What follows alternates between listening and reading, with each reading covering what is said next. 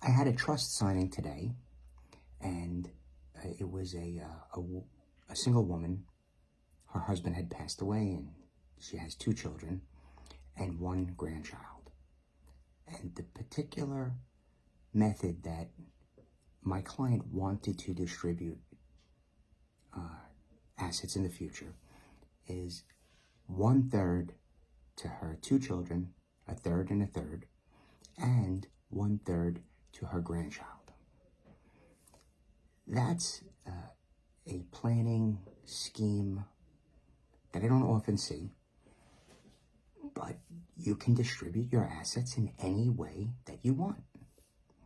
All you have to do is let me know, and we accomplish your desires, interests, thoughts, beliefs. I convert it into the written word and the specific article in the trust. And along with this, I do have in there an article about should any of the beneficiaries of this trust have special needs. And no one among this grouping has any special needs now, but in the future, I have a definition of what might be included in, for a person that might be on government benefits or accessing Medicaid or some other future program. I have within my trust that it will be protected and safeguarded for their benefit. And there's many things in the trust, but one other thing that I wanted to highlight is that the grandchild is presently an adult, but a young adult.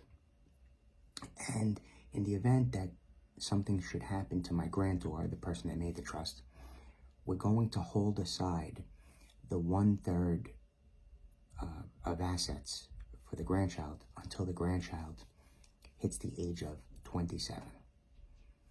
That's a date and an age. It's not a date. It's an age that my client picked. If I have someone, a grandchild or a minor child that's 6, 7, 8, 9, whatever age, but a young age, I'll typically see 25.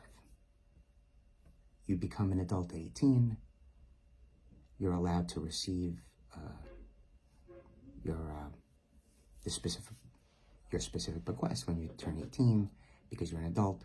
And in this instance, 27 afforded us enough time to have the grandchild get sufficient maturity in the future, right? That's the hope. The hope is that we don't need to distribute to the grandchild until the grandchild is 47 or 67, right? We want the grantor to have a long and healthy life. If you need to speak with me, frankbrunolaw.com.